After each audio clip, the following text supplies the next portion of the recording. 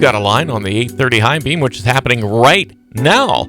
So glad you're here, and we are glad to welcome in the Executive Director of Tuscarawas Arts Partnership, Wilma Mullet. Good morning. Good morning. So good to see you and have you back here. It seems like you were just here a couple of weeks ago, but I think that's been 2 or 3 months. Yeah, it's been a few months. I think we were in here to talk about like art on the alley, like back in May and stuff. So, it was. Yeah, that's been a little bit actually. So we've got a lot of things to cover today. And first of all, I wanted to welcome you in on what is today, the 6th of October. Yes, yeah. What's going on with that? Yeah, so we've been saying Arttober a lot, especially throughout the month of October, because October is National Arts and Humanities Month. Okay. It's something that's been around for a while. The Americans for the Arts has worked with it, and it has trickled down to all sorts of different organizations and regions to celebrate National Arts and Humanities Month throughout October. But we decided locally, let's make it a little more fun and say Arttober. So, I mean, it just kind of plays on like it does. Pretty nicely. But the whole point of Arttober, especially around Tuscarawas County, is that we are trying to really help promote and market the arts, culture, and creative community here with all their activities, events, programs that they have going on, and that we want the community to come and engage in, whether it is taking an art class or maybe learning to dance the salsa or buy local art from our local galleries and artisans. So, yeah. And if you don't think you're very good at it, at least you can appreciate someone else's efforts. All right. Yeah. You can always support other people for what they're doing. So that's always true. It's always good. And it's always good for us to stay connected with our creative spirit, whether it's an appreciation for it or even just trying something new. Or if you are one of those like budding artists or someone that has always been creative but never really had the opportunity to, then this is the time to do it. Yeah, we're finding outlets for you. I liked what you said. You're really busy now because things are happening again. Yeah. It's pretty awesome because especially with the arts community, and if you look at the numbers even from the state level, like I mean, the arts have suffered a lot this past year because we need the tickets to be sold for performing arts venues to continue to bring in quality performances, and artists rely on like the community aspect, like for like arts festivals, so that they can be connected with their with the people and be able to share their work. So it was a really big hit for the arts this past year, and that's something that we want to continue to be an advocate for, to really support the arts here in our community. I see next weekend, not this coming weekend, but next weekend, 2 big events. So Art Again Alley is on Saturday the 16th. What's that about? Yeah, so this is it's a creative placemaking public art project actually in downtown New Philadelphia. So months ago, I remember some conversations with a few downtown businesses that have talked about that alley, and I think the conversation really spurred because of like the umbrella alley that came up in Louisville. It's like, why don't we do something like that? And people have been pointing at this pedestrian alley for a while, which for people that aren't aware, it's an alley that's on West High in New Philly in between the Man Can and Art and Soul Gallery, and it sits behind Alley Cats. So it's just like this pedestrian alley where vehicles can't even get through it. So with all the increased downtown businesses and activities and arts things happening in the downtown area, there's been a lot of conversation about like turning that into something. So we thought, you know what, why not make it happen? So we decided to turn it into what's called Art Again Alley, which is the transformation of a 100-foot pedestrian alley that was like really blighted, uneven surfaces, dark, and all that, and turn it into a year-round outdoor public art gallery. Great. So, yeah. And there are 2 buildings that go way up, 2 or 3 stories high? Yeah, pretty much. Yeah. So what had happened, at least in the last couple of months, that we've seen some progress on is the city of New Philly covered for the repaving of that surface. It was really uneven and kind of hazardous to walk through. So they repaved the surface so it's a lot more pedestrian friendly for people to even just walk from West High to Alley Cats area. Or the city lot over there. And then Wood Electric also came in and they installed those like festival style lights up there. And right now we have it on a timer. So if you go by at night, it looks amazing. There's a lot of ambience for it.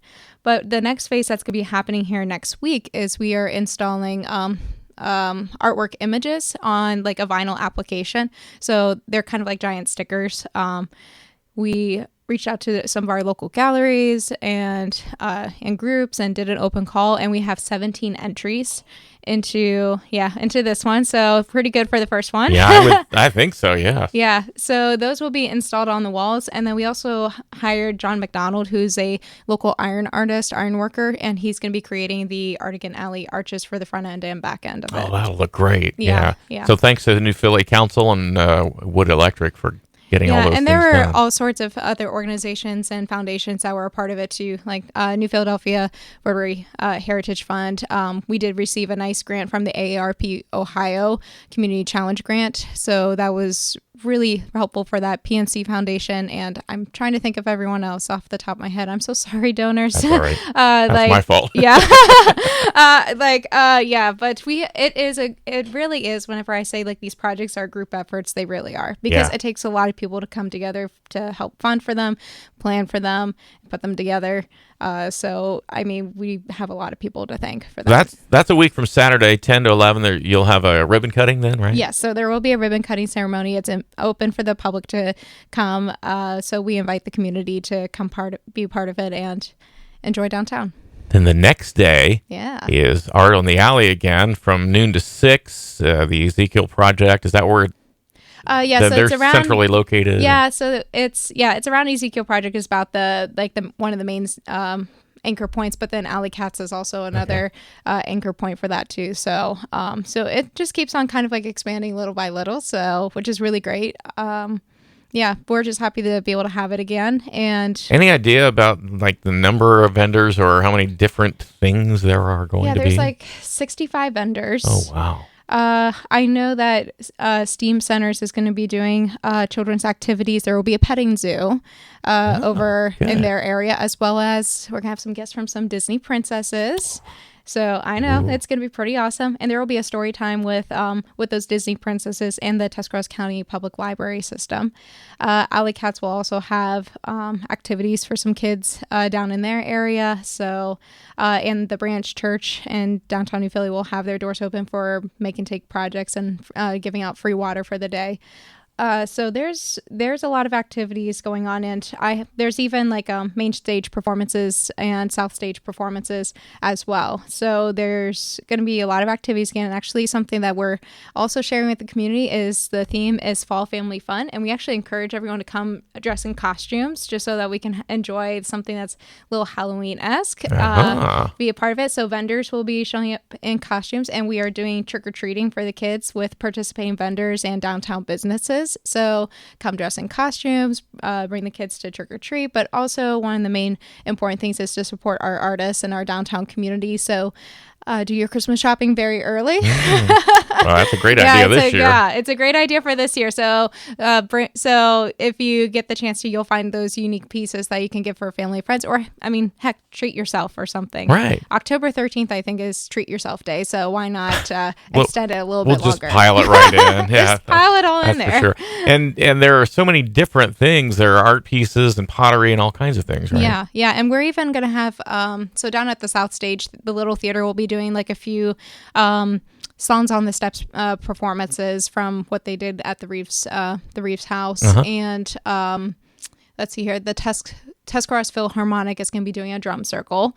So that's another thing there too. So if you have a drum or you want to just bring a bucket and participate, you can come and show up for that as well. That sounds like so much fun. Yeah. So that is the October 17th. So we got 16th Artigan Alley, 17th Art on the Alley, which are totally different. Yes, I know. Arts and alleys that entire weekend. Like, why did we do that?